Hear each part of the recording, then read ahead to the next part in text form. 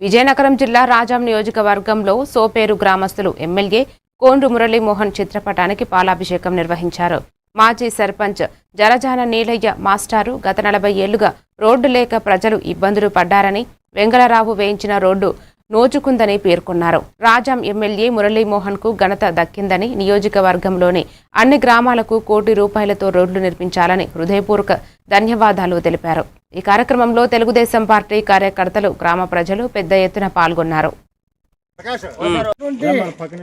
మన శ్రీ కోండ్రు మురళీమోహన్ గారు వారి తాలూకా ఆశీస్సులతో, వారి పట్టుదలతో మన గ్రామానికి మరి పక్కా బీటీ రోడ్డు ఇప్పటికే 30 సంవత్సరాల నుంచి మనం ఇబ్బంది పడుతున్నాం మన గ్రామ ప్రజలు.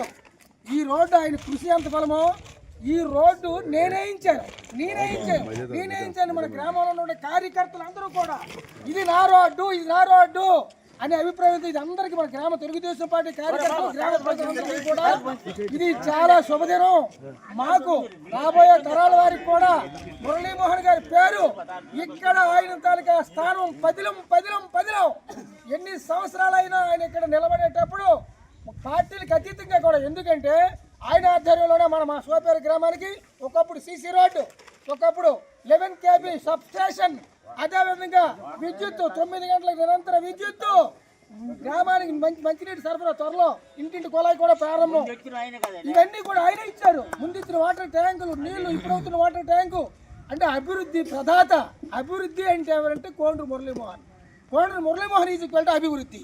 అలాంటి ఎమ్మెల్యే గారు మనకు ఉండడం మనం అదృష్టంగా భావిస్తూ, మన గ్రామం నుంచి గ్రామంలో మా తెలుగుదేశం పార్టీ కార్యకర్తలు, మా ప్రజలు అందరం కూడా ఆయనకి మరొకసారి మా తాలూకా అభిమానిగా కృతజ్ఞతలు తెలియజేస్తూ